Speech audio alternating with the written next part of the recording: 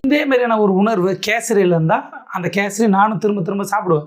ஆனால் கேசரியை திரும்ப திரும்ப சாப்பிட முடியாது. ஏன்னா அது கேசரி. அதுவும் ரொம்ப நாள் கழிச்சு வரப்போகுது அந்த கேசரி. அது ஊசடிச்ச கேசரி. நான் ஆல்ரெடி சொல்லிட்டேன், அது ஊசடிச்ச கேசரி.